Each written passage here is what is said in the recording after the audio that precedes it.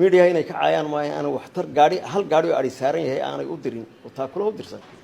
warsingeli buurtiisii waa la haystaa dalkiisii deegaankiisana argagixisa haysta caalamiga anagu beerna kuma haysano guri ay leeyihiin kuma haysano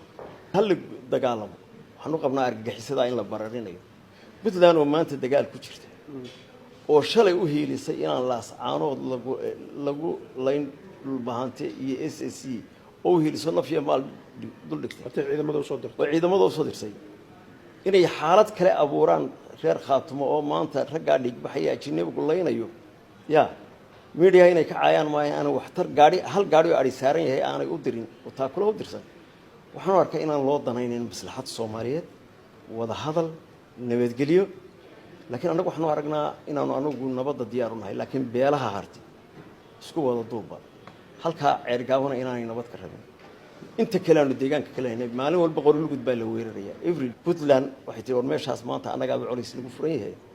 anaga hiil u baahan ragga aynu walaalahan ninda gurigiisa lagu haysan gurigiisna waliba nabadgeliyo ku iman karayo oo beertiisa nabadgeliyo ku iman karayo war colaadaha laga daayo tala caruureed oo timaa intay la baxeen gawaari saaran oo cid qabata garaadna xukumin